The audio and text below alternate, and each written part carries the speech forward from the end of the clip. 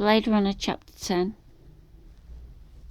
The Mission Street Hall of Justice building, onto the roof of which the hover car descended, jutted up in a series of baroque ornamented spires. Complicated and modern, the handsome structure struck Rick Deckard as attractive, except for one aspect. He had never seen it before. The police hover car landed, and a few minutes later he found himself being booked. 304, Officer Krams said to the sergeant at the high desk, and 612.4, and let's see, representing himself to be a peace officer. 406.7, the desk sergeant said, filling out the forms. He wrote leisurely in a slightly bored manner. Routine business, his posture and expression declared nothing of importance. Over here, Officer Krams said to Rick, leading him to the small white table at which a technician operated familiar equipment. For your cephalic pattern, Krams said. Ident purposes. Rick said brusquely, I know. In the old days, when he had been a harness bull himself, he had brought many suspects to a table like this. But not this particular table. His cephalic pattern taken, he found himself being led off to an equally familiar room. Reflexively, he began assembling his valuables for transfer. It makes no sense, he said to himself.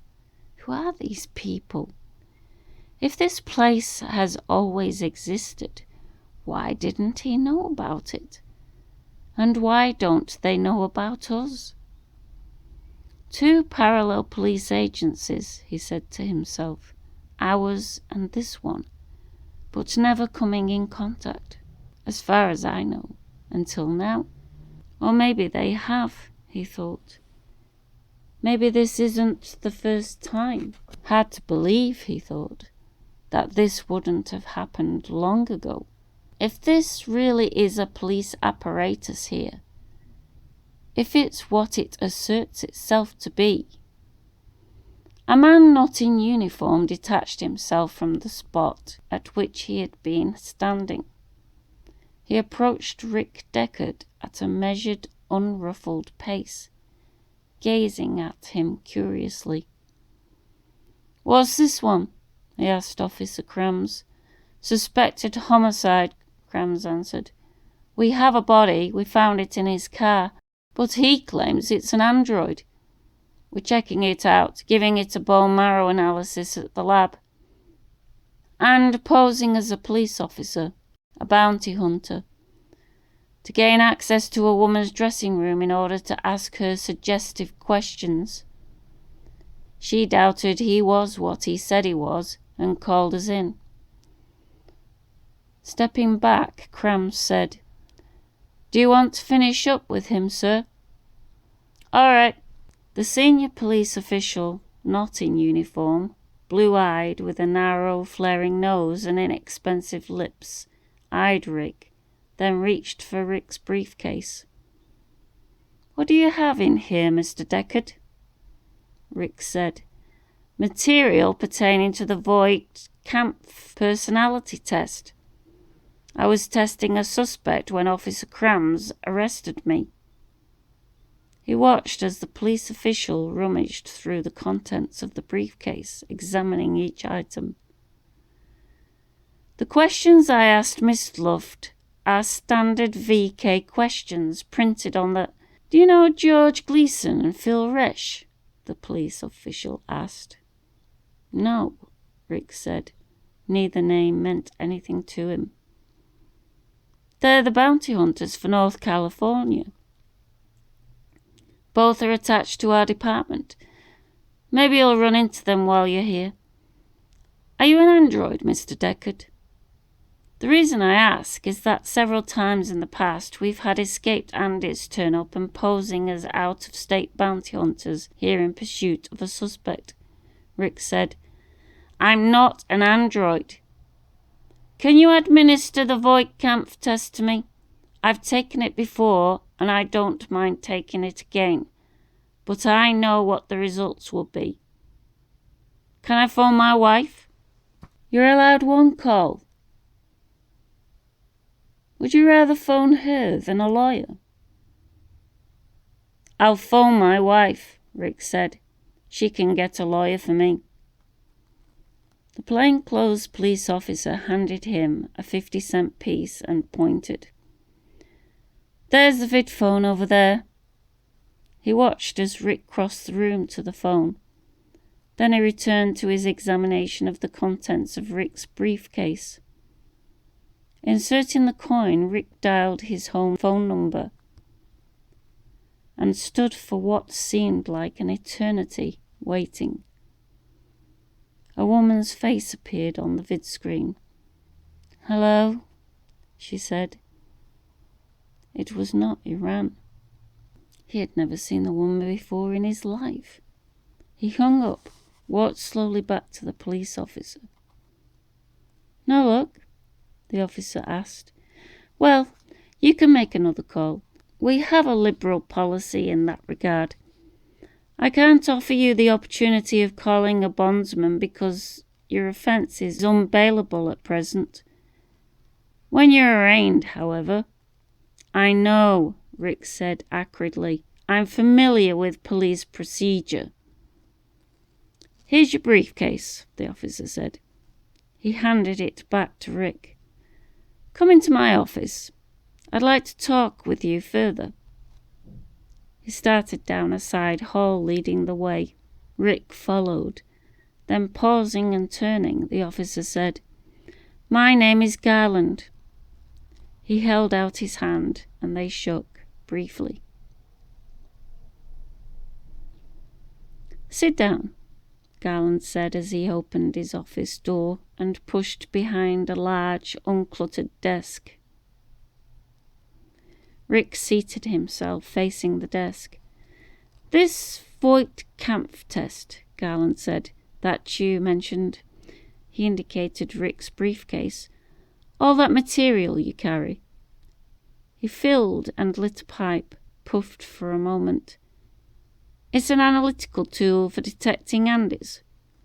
It's our basic test, Rick said, the only one we currently employ, the only one capable of distinguishing the new Nexus 6 brain unit. You haven't heard of this test? I've heard of several profile analysis scales for use with androids, but not that one.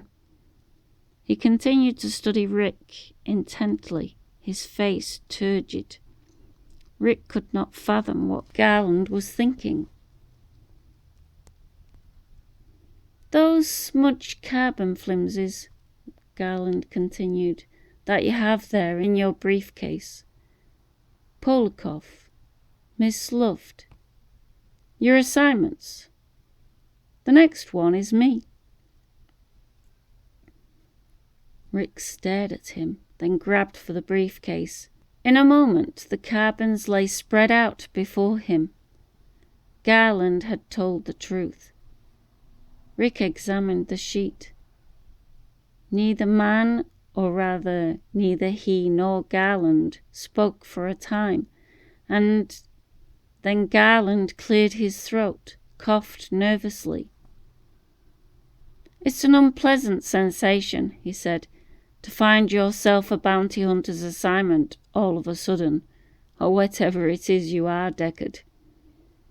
He pressed a key on his desk intercom and said, Send one of the bounty hunters in here. I don't care which one. Okay, thank you. He released the key. Phil Raish will be in here a minute or so from now, he said to Rick. I want to see this list before I proceed. You think I might be on this list, Rick said. It's possible. We'll know pretty soon. Best to be sure about these critical matters. Best not to leave it to chance. this info sheet about me."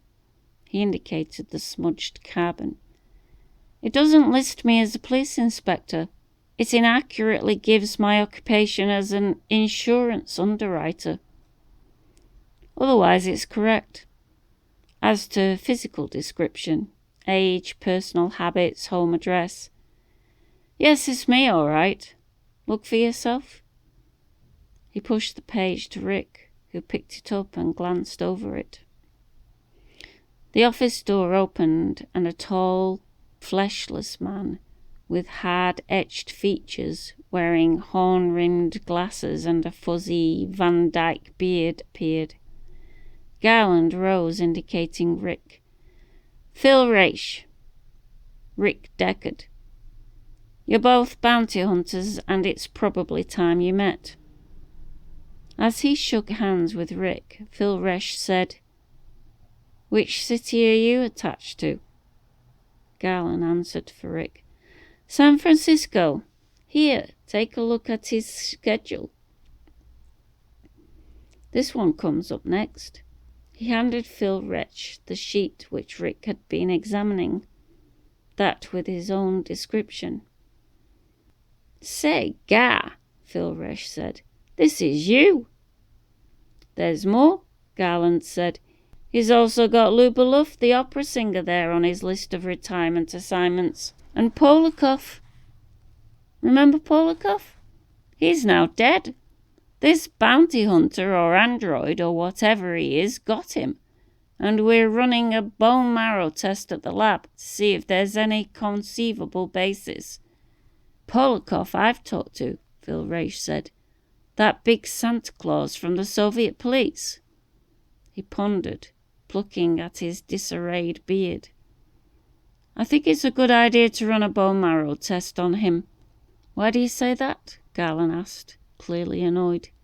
"It's to remove any legal basis on which this man Deckard could claim he hadn't killed anyone. He only retired an android." Phil Raish said, "Polikoff struck me as cold, extremely cerebral and calculating, detached."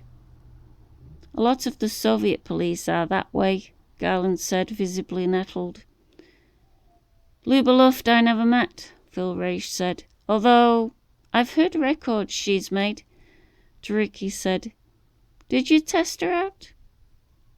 "I started to," Rick said, "but I couldn't get an accurate reading, and she called in a harness bull, which ended it." "And Polikoff?" Phil Raish asked. "I never got a chance to test him either." Phil Raish said, mostly to himself, "And I assume you haven't had any opportunity to test out Inspector Garland here?" "Of course not," Garland interjected, his face wrinkled with indignation.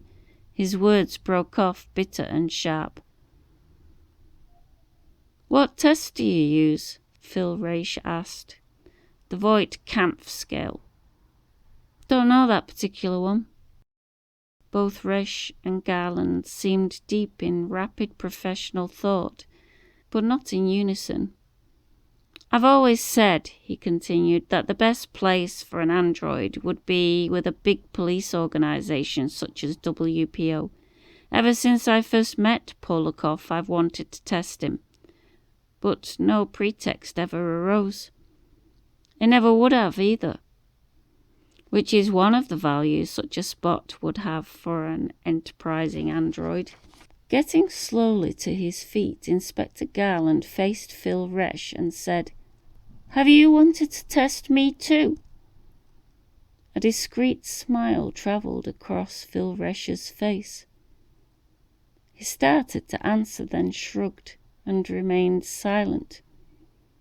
He did not seem afraid of his superior, despite Garland's palpable wrath. "I don't think you understand the situation," Garland said. "This man, or android, Rick Deckard, comes to us from a phantom, hallucinatory, non-existent police agency allegedly operating out of the old departmental headquarters on Lombard. He's never heard of us, and we've never heard of him. Yet, ostensibly, we're both working the same side of the street. He employs a test we've never heard of. The list he carries around isn't of androids, it's a list of human beings. He's already killed once, at least once, and if Miss Luft hadn't gotten to a phone, he probably would have killed her. And then eventually he would have come sniffing around after me. Phil Raish said. Garland mimicked wrathfully. He looked now as if he bordered on apoplexy. Is that all you have to say?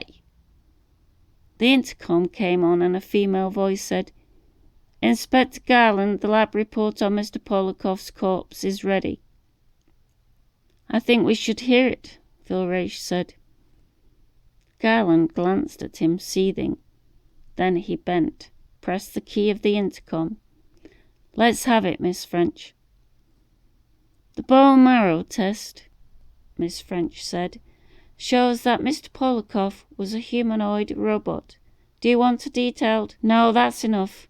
Garland settled back in his seat, grimly contemplating the far wall. He said nothing to either Rick or Phil Raish. Raish said, What is the basis of your Voight-Kampff test, Mr. Deckard? Empathic response in a variety of social situations, mostly having to do with animals. Ours is probably simpler, Raish said.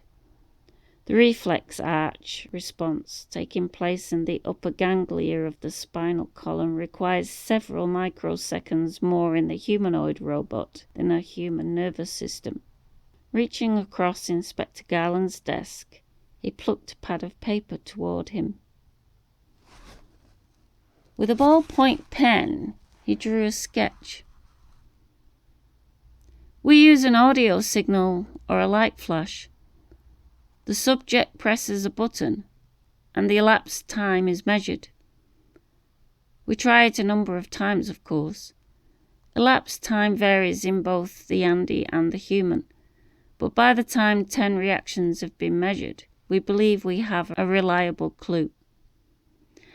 And as in your case, Mr. Polakoff, the bone marrow test backs us up. An interval of silence passed, and then Rick said, You can test me out now, I'm ready. Of course I'd like to test you too, if you're willing. Naturally, Raish said. He was, however, studying Inspector Garland. I've said for years, Raish murmured, that the Bonnerly reflex arch test should be applied routinely to police personnel. The higher up the chain of command, the better. Haven't I, Inspector? That's right, you have, Garland said, and I've always opposed it, on the grounds that it would lower department morale. I think now, Rick said, you're going to have to sit still for it, in view of your lab's report on Polakoff.